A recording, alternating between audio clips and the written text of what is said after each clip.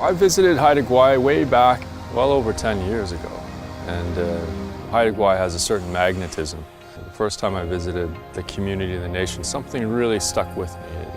I've never been to a place that had such abundant nature still intact, and not to mention all of the culture.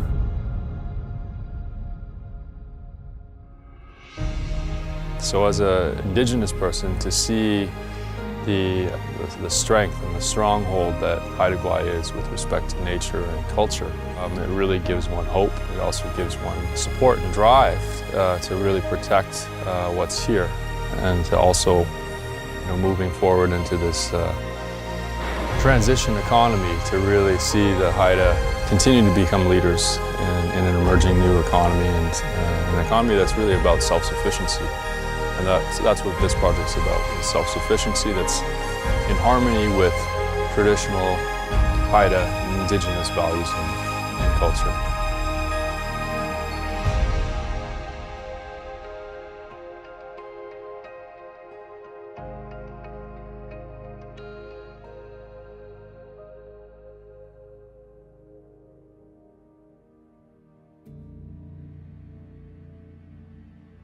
The interesting issue about Haida Gwaii, why is it special, is I think people that live on islands have a huge advantage. When you live on an island, whether you're Indigenous or anybody, you know there are limits.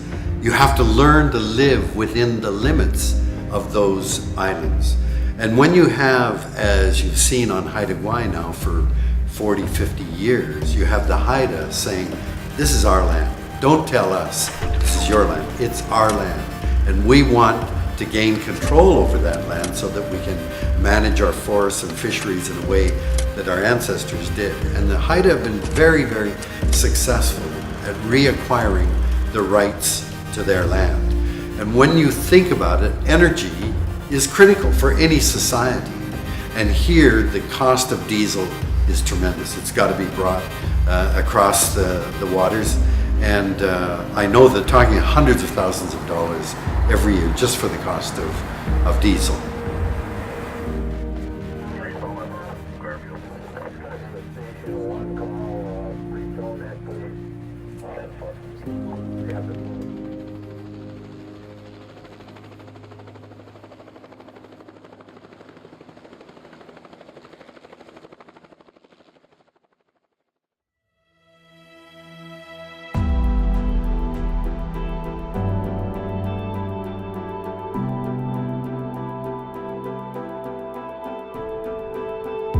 The Haida have lived on Haida Gwaii since time began.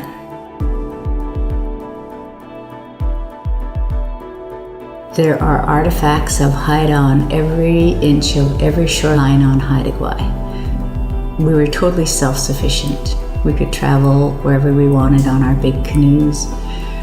We lived off the ocean, off the land. Everything we needed was here.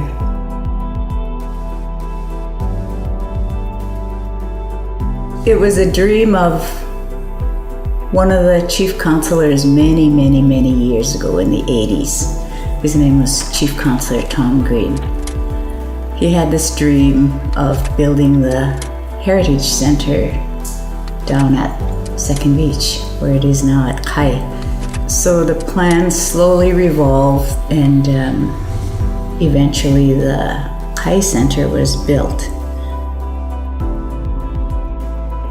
And since it's been built, we found that the electrical is really high there. Like it's over 100,000 a year. And we realized that there was something we had to do about it because it was so costly. So we met Dave Isaac, and the council and I met with him in Vancouver, and that was the beginning of talking about solar for the Kai Center. And now we're doing the biggest community project in BC.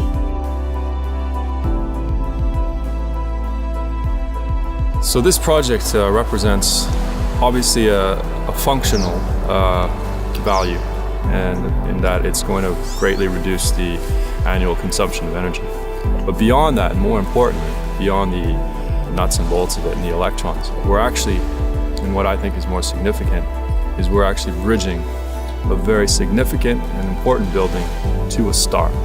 And I think when you think about that, it's poetry.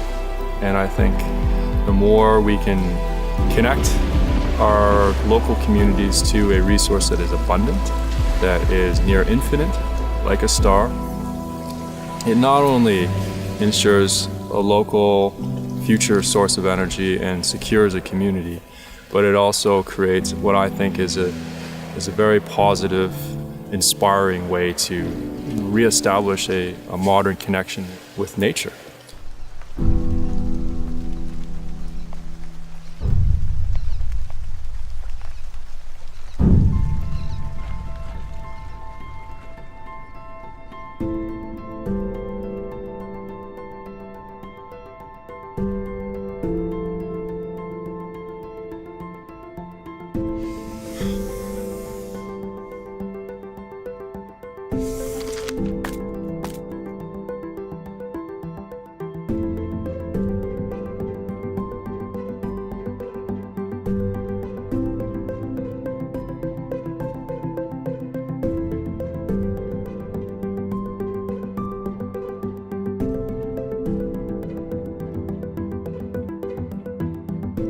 You can sit around a round table and you can discuss concepts, and the remaining concepts till you see it coming through to fruition. And while I'm hearing them installing the rails and getting ready to put the solar panels on, it's quite exciting. Because a lot of times you can get hung up between talking at the table and the rolling out of a project. And anytime you get to that, it feels good. It makes you feel like you're doing things that you're actually supposed to be doing, looking to be wrapped up in a few days from now, and we'll be plugging into her.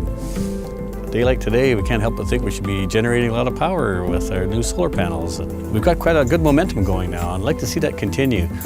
This Heritage Center here is really an icon of the islands.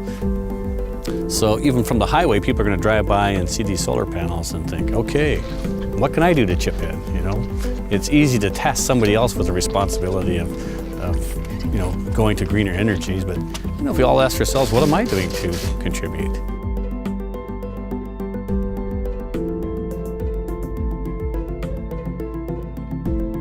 Out here is where we get a lot of our local food, right here. So I'm on the water as much as I can any given day that the weather cooperates. You know, when I'm in my boat and I look and I'll see those solar panels and I think, wow, like, it's a start in the right direction.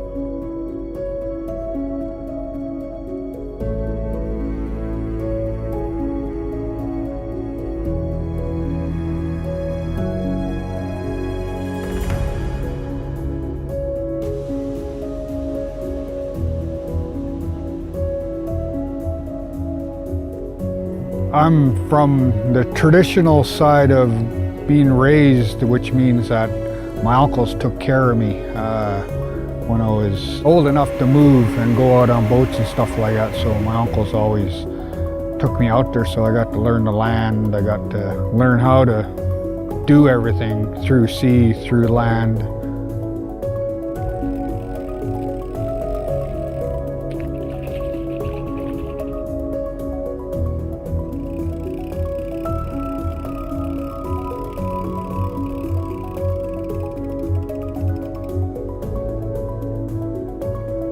What we have here is we have a longhouse that is acted like it fell, and then we added the feature of the solars on it. So when a longhouse is standing like this, it fell like this, and that's what we're representing here on this system. And Dave himself is invited me to do this. The drawings and the planning and the milling and putting it all together.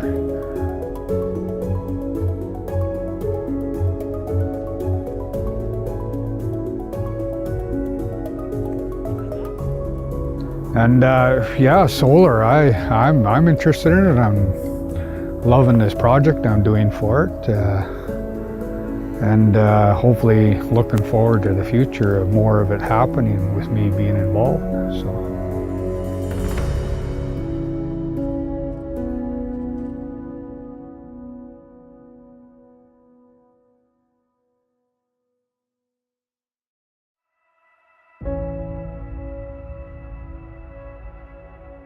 We're at Balance Rock, which is a beautiful, just natural phenomenon, and it's been standing there for, I think, thousands of years, and through everything that it's been through, it still stands.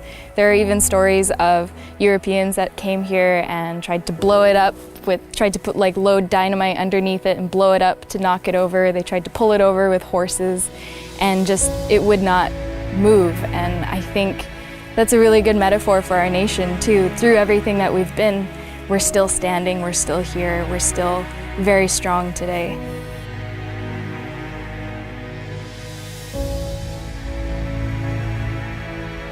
Ta'lani gudini kharigas, ahait singa skaudigi dankasho kilt laga. Ji kawai nai ungu skaudigi sing dangasho kilt laga. Wadohan anes skaudigi dangasho kilt laga. Ahayet gudat alang isiskina wadohan pagayil gai giut ang kianan.